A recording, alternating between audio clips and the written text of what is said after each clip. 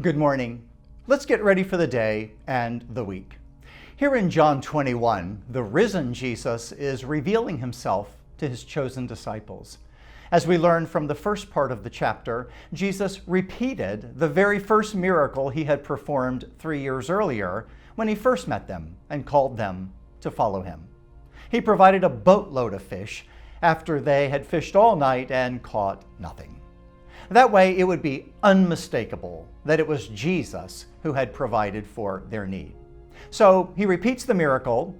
The 7 disciples present make it to shore and sit down with him at a breakfast that he has prepared just for them.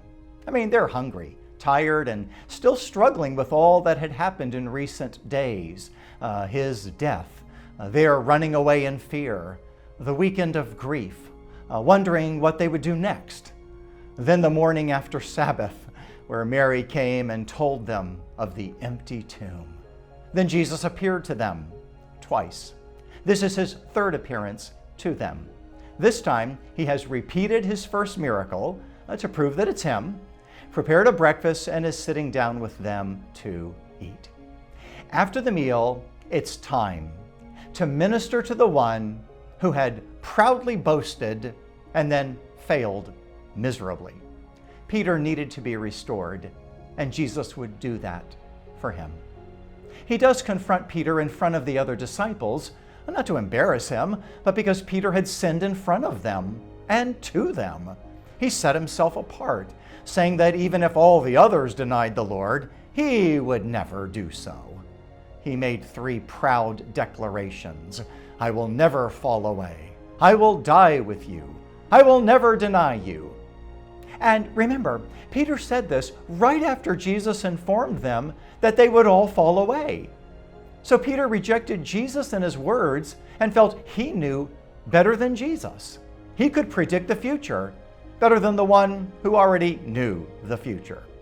So he boldly states his loyalty, but notice it was based on himself. Peter was relying on himself and his fortitude to withstand the temptations that would come.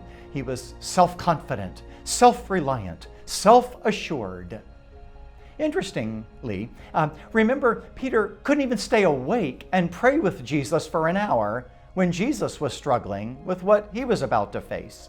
So, unprepared, the spirit willing but the flesh weak, he succumbed to temptation. He did the very thing he said he would never do. 3 times, Peter denied the Lord. And when the rooster crows, signaling him about what he's done, he goes away and weeps bitterly. He hated what he did. You ever been there? I have. So, Jesus rises from the dead. He's appearing to his disciples. And now it's time for Jesus to address Peter's failures, to restore him. Jesus asks, Simon, do you love me more than these? Meaning, more than the other disciples, as you stated? Peter is broken by his failures. The pride is gone, and all he can do is appeal to the knowledge of Jesus. That which he had rejected, he now accepts. Lord, you know that I love you. All pride and boasting is gone. He acknowledges the Lord, what he knows, and how his grace has worked in Peter. Thank goodness there's no sense that he deems himself better than anyone else. And Jesus restores him. Feed my sheep. He'll ask the question 2 more times to give Peter a chance to confess 3 times what he had previously denied 3 times. And in that divine interaction, Peter is restored to Jesus, to the disciples, and to his calling. Because of what Jesus does, Peter will be able to forgive himself and move on in ministry.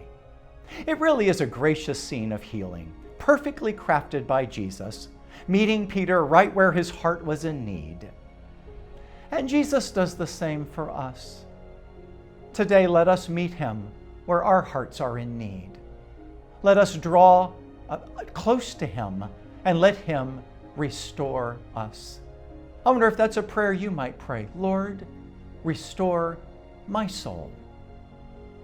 the Lord is able to do that. Trust Him today to do that. Let's pray. Lord, thank you for your great love for us. Thank you for your gracious forgiveness, cleansing our guilt and restoring our hearts. We are humbled and grateful.